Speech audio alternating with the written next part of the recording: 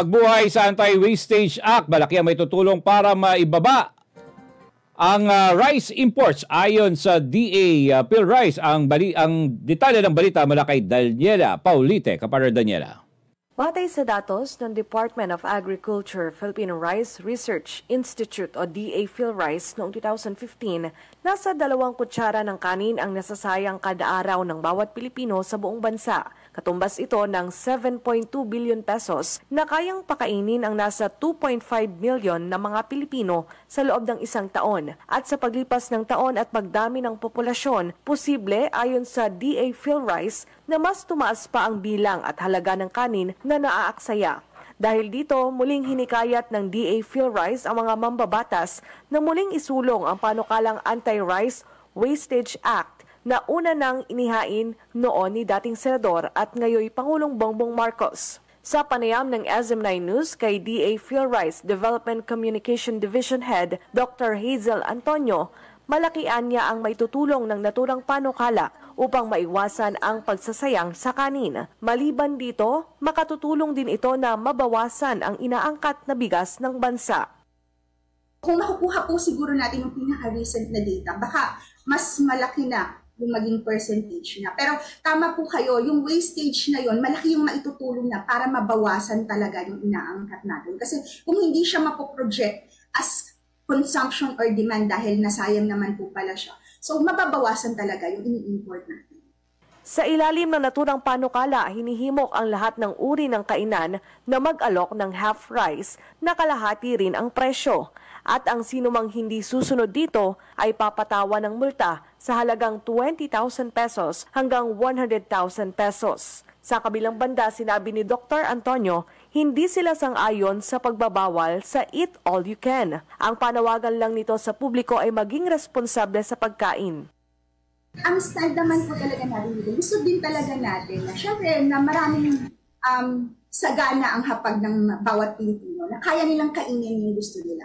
Ang sinasabi lang po talaga natin as part ng Be Responsible campaign na naglalayong pagandahin yung consumption ng ating mga rice consumers, tulungan yung mga farmers at ma-achieve yung rice self-sufficiency para ma-achieve natin yung goal na yun at para matulungan yung health ng ating mga consumers ay sana wag tayong magsayang. Kukuha lang tayo ng kuhanin natin. So kung nasa eat all you can man tayo or buffet, wag naman tayong takaw mata sana. So kunin lang natin unti-unti. Pwede naman po kasing bumalik. So okay lang talaga na mag-eat all you can, okay lang na maging available yung eat all you can. Basta lang po, sana maging disiplinado tayo na kukunin lang natin yung kaya natin i-consume. Kasi bawat bukin ng palay na yon pinaghirapan ng ating mga magsasaka. Inihayag naman ni Dr. Antonio na matapos ihain ang naturang panukala noong 2015 ay marami na ring lokal na pamahalaan ang naglabas ng local ordinance ukol sa pagsiserve ng half rice. Samantala, upang matulungan naman ang mga magsasaka na mapataas ang kanilang kita, ilan sa nakikitang hakbang ngayon ng DA PhilRice ay tulungan ang mga ito na maging bigas ang kanilang aning palay. Sa ganitong paraan, ayon kay Dr. Antonio, ay mas maibebenta ng mga magsasaka sa mas mataas na presyo ang kanilang ani. Para sa Diyos at sa Pilipinas kong mahal, Daniela Paulite, SM9 News. Samantala, Senator Robin nanawagan sa pamahalaan na maghanap ng pamahalaan para palakasin ang pondo sa Marawi compensation. Ang detalye wala kay Kabar Troy Gomez. Kabar Troy. Iginiit ni Senator Robin Padilla na kailangan ng pamahalaan na maghanap ng paraan para tiyaking may pondo ang compensation programs para sa biktima ng 2017 Marawi siege. Sa interpellation niya sa 2024 budget ng Marawi Compensation Board, ibinuto ni Padilla na dapat madaliin ito dahil hindi pa nawawala ang banta ng gayong terorismo na akitin ang mga lubog para sa kahirapan. Ani Padilla, ang pag-uusap niya sa Marawi Compensation Board, makakulang or pag-uusap niya sa Marawi Compensation Board, makakulang ang 1 bilyong pisong budget nito dahil naubos ito sa 3 o 4 na buwan. Dahil dito ay ginit niya na maghanap ng ibang panggagalingan ng pondo kasama na ang 6 bilyong piso na unprogrammed funds para sa compensation efforts. Mahalaga rin na ang mga naapektuhan ng Marawi siege ay mabigyan ng livelihood, aniya. Dagdag rin ni Padilla, dapat ma-explore ang non-monetary programs na iniisip ng MCP, lalo na sa pag-ugnayan sa Ministry of Social Welfare and Development ng Bangsamoro Autonomous Region in Muslim Mindanao o BARM. Para sa Diyos at Pilipinas kumahal, Troy Gomez Agulat, kapartner mo sa Balita at Serbisyo.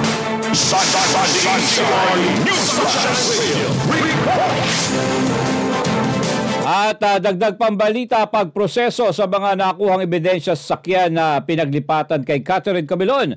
Inaasahang masisimulan na ang detalye mula kay Kapartner Bernard Ferrer. Kapartner Bernard. Nakuhanan na ng DNA sample ang pamilya ng beauty queen na si Catherine Camilon. Itong kinumpirma ni PNP CIDG-4A Chief Police Colonel Jacinto Malinaw Jr. Ayon kay Malinaw, sumailalim ang mga magulang at kapatid ni Camilon sa buccal swab collection ng Batangas Forensic Unit kahapon. Gagamitin na niyang DNA sample para may kumpara ang nakuhang 17 piraso ng hibla ng buhok at 13 patak ng dugo sa kulay pulang Honda CR-V na pinaniniwala ang pinaglipatan sa dugo ang katawan ni Camilon. Iginit ni Malinaw na magiging prioridad nila ang DNA sample upang makatulong sa isinasawang investigasyon ng CIDG-4A. Para sa Diyos at sa Pilipinas kong mahal, Bernard Ferrer, kapartner mo sa Balita at Serbisyo. Samantala, Senator Alan Cayetano na isitaguyod ang MTRCB, ang Filipino Values Digital Content. Ang detalye sa pagbabalik ni Kapartner Troy Gomez. Kapartner Troy. Hinikayat ni Senator Alan Peter Cayetano, dito mate sa Movie and Television Review and Classification Board na magsagawa ng pag-aaral o research kung paano nito matitiyak na napapanatili ang Filipino values sa mga digital content na mapapanood online. Inihayag ni Cayetano sa isinagawang plenary debate ng panukalang 2024 budget ng MTRCB nitong November 14. Binigyan din niya na dahil sa malawakang paggamit ng internet na bawasan ang kakayanan ng MTRCB na pangalagaan ang mga kabataang manonood mula sa mga hindi kanais-nais na content. Hinikayat niya ang MTRCB na bubuo ng isang research arm na magsasaliksik kung paano mapapalawak ang mandato nito sa ilalim ng batas upang masakop ang iba't ibang digital platforms kabilang na ang Netflix. Dilinaw rin ni Cayetano na ang layunin ay hindi upang mag-censor kundi upang matiyak na mga kabataang Pilipino ay hindi kumukonsumo ng mga palabas na marahas, mahalay o labag sa moral ng mga Pilipino. Para sa Diyos at Pilipinas kung mahal, Troy Gomez Agulat, kapartner mo sa Balita at Serbisyo. Samantala, 7 pangalan ng mga general posibleng kabilang sa shortlist para sa susunod na Chief PNP. Ayon yan sa PNP-PIO. Ang detalye mula kay Kapartner Paul Montibon. Kapartner Paul. Nasa 7 mga pangalan ng matataas na opisyal ng Philippine National Police ang posibleng ikonsidera bilang susunod na hepe ng pambansang pulisya. Ito matapos na kumpirmahin ng PNP ang nakatakdang retirement ni PNP Chief Police General Benjamin Acorta Jr. sa susunod na buwan. Nauna nang sinabi ni Acorta kasunod ng ibinigay na testimonial parade ng PMA nitong weekend na mayroon na siyang listahan ng mga potensyal na kandidato na isusumiti nito kay Pangulong Ferdinand Marcos Jr. bilang appointing authority kung sino ang susunod na maging pinuno ng mahigit sa 200,000 kapulisan. Sa panayam ng media kay PNP-PIO Chief Colonel Jean Fajardo, pagkamat may mga pangalan na maaaring lumutang para maging sunod na pinuno ng PNP, pero tanging ang Pangulo lamang anyang may kapangyarihan na pumili sa sino mang maipigan nito. Kasabay ng paglilinaw na hindi sa seniority ang magiging basihan ng pagpili ng Pangulo sa iiwanang posisyon ng kasalukuyang pinuno ng pambansang pulisya. Ilan sa mga matutunog na pangalan, Tony, na maaaring mapagpilian bilang susunod na PNP Chief ay sina Deputy Chief for Administration, Lieutenant General Rodel Sarmonia, Deputy Chief for Operations, Lieutenant General Michael John Dubria, Chief Directorial Staff, Lieutenant General Emmanuel Peralta, Criminal CIDG Chief Police Major General Romeo Karamat, NCRPO Chief Police Brigadier General Melencio Nartates Jr., and Director for Controllership Brigadier General Romel Francisco Marbil at PNP-DICTM Director Police Major General Bernard Banak. Para sa Diyos at sa Pilipinas kung mahal, nag-uulat Paul Montibon, kapartner mo sa Balita at Serbisyo. At para sa huling detalye ng ating Balitang Nasyonal, malapit na kalyado ni BP Sara Duterte sa Kamara na nawagan ng pagkakaisa para sa unit team. Ang detalye mula kay kapartner MJ Mondihar. Kapartner MJ. Sa isang panayam ay umaasa si House Speaker Martin Romualdez na magkakamabutihan ang relasyon nila ni Vice President Sara Duterte. Ito matapos ang issue ng confidential and intelligence funds na tinanggal ng Kamara sa mga ahensyang hawak ni VP Sara, ang DepEd at ang Office of the Vice President. As they always say, there will always be differences, but we will always work towards resolving those differences for the service of the people. That is our primordial concern. Welcome development naman ito sa isa sa mga malalapit na kaalyado ni VP Sara sa Kongreso. Sa isang privilege speech ay sinabi ni Davao Occidental Representative Claude Bautista na welcome development ang mga pahayag ng House Speaker. The political noise has shifting their confidence to doubt whether our leaders are still working together as one.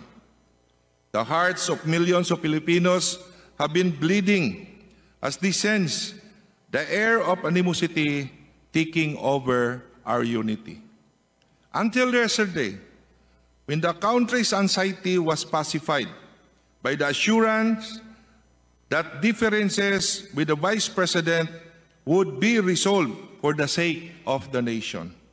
Magkakasama si Romualdez at Bautista sa kampanya para kay VP Sara sa nagdaang eleksyon at ipinaalala ang misyon ng Uniteam, dala ang mensahe ng pagkakaisa para sa mga Pilipino. Our victory as the Uniteam was a testament to the Filipino people's belief that we could deliver on our promise of unity and build on the progress made by the previous administrations, which was derailed by the COVID-19 pandemic. Sa huli, nanawagan naman si Congressman Bautista ng pagkakaisa sa mga liderato ng Kamara na huwag magpadala sa emosyon at iwasan ang pagkakawatak-watak ng bansa at ipagpatuloy ang unit team ni VP Sara at Pangulong Bongbong Marcos, pababa sa kanila sa Senado maging sa Kamara.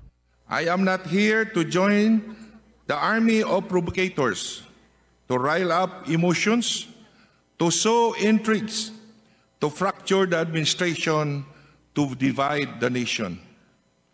I am not here to dampen our hope and the hope of the nation for our leaders to once again work together harmoniously and efficiently.